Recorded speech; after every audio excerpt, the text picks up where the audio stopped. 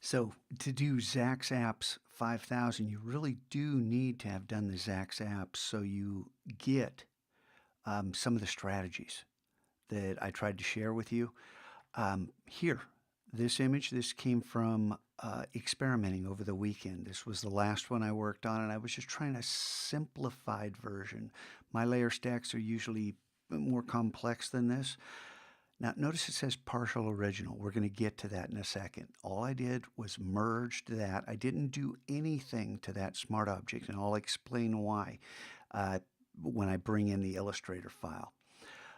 Then merged it, then played with Camera Raw, then merged it, did two motion blurs, 100 vertical and 100 horizontal, and then changed the blend mode to darken. Leaving yourself notes here really is helpful.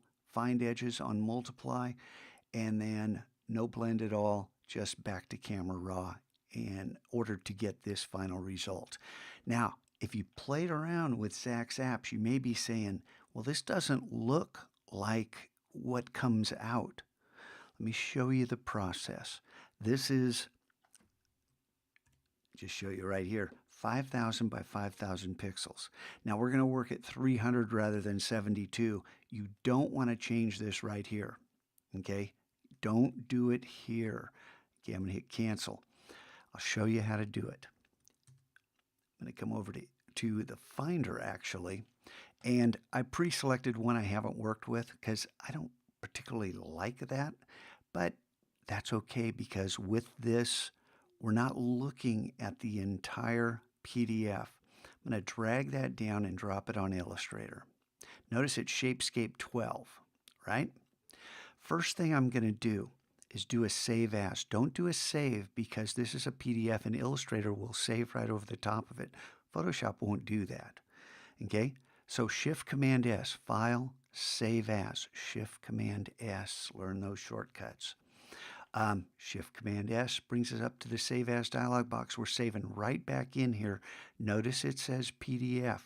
Just come down to the format, change it to Adobe Illustrator, and then save it. Boom. Yeah. Save it. I'm going to hit Command minus so you can see what's going on here. I'm going to hit Command A. Select all. Okay, so everything's selected. Command C to copy, and then Command Tab, I'm going to jump over to Photoshop. Then hit Command N for a new document. Now in this new document, you're going to get the clipboard here. What I want you to do after you work with this, you'll get this preset, but I want you to type 5,000, and again, this is for people who know what they're doing, okay? That's the important part. And 300. The 300 pixels per inch is just because this is kind of the industry standard out there that's being worked on. And our name, I'll show you how to save this thing and a little shortcut, but you got to pay attention. Okay? So we're going to create that. And then I'm going to hit Command minus a couple times because we need some room. And then Command V, make sure it's a smart object. Now, this is a rectangle, and this is a square. What part of this is interesting? If I hit Command 0, we can look at this and say, this is kind of all blown out and monochromatic. This down here is more interesting. And what if we tried to work with this area? Well, cool. Command minus a couple times. This process can take a couple steps, okay?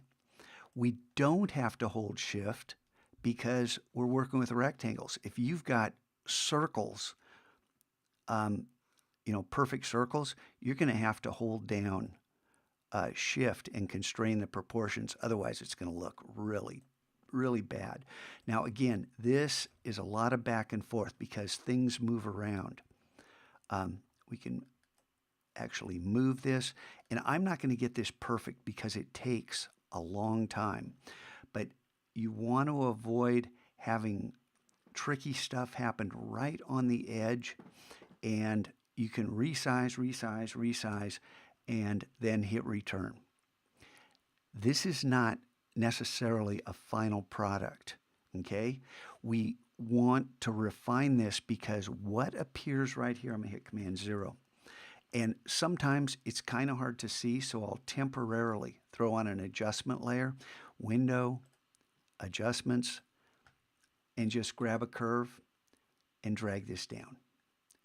And this is temporary. I'm going to throw it away. This is just so I can see what's going on here. Now, I don't have anything too screwy going on along the edge, but if I wanted to resize this more and say, I want less of this, okay, then go Command minus a few times and hit Command T. Oh, and make sure you're on the Smart Object layer. Command T, and then I can just drag this out and say, I don't know about that. And again, it's back and forth, back and forth, back and forth, because this, believe it or not, is the most important part, because you have to make sure you're working with geometry that looks great. So if you get to the end of the layer stack and you realize, oh gosh, I've got some glitch here, well, take some notes. Get rid of everything above this. I'm going to hit Command 0. And now we have Spacebar. To move that over, I hit F, just so you know. That's why the tabs aren't showing here. I hit F, and that way I can move this around. I've got all kinds of flexibility. And let's say this is perfect. You know, I may want to get rid of that because that's right on the edge. See this little line right here?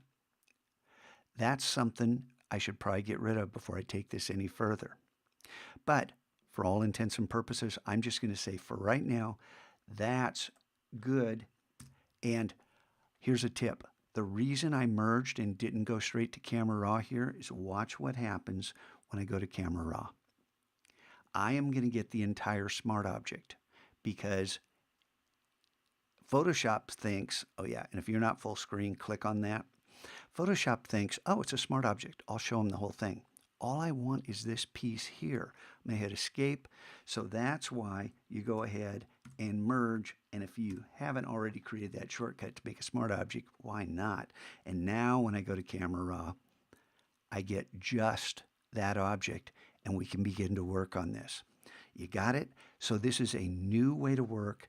And I'm going to hit Escape, come over here, and that's why we're going to just work with chosen geometry. So this gives us so much more flexibility and really large, if I hit Command 1, really large, rich imagery to work with, to package and sell. This is kind of exciting, okay? Not sure I like some of these artifacts that I've created here. This was a test. I was testing out something just to see how it would work. Overall, though, this has potential. Have some fun with this and work towards products that people might actually want to buy. We're in that mode now.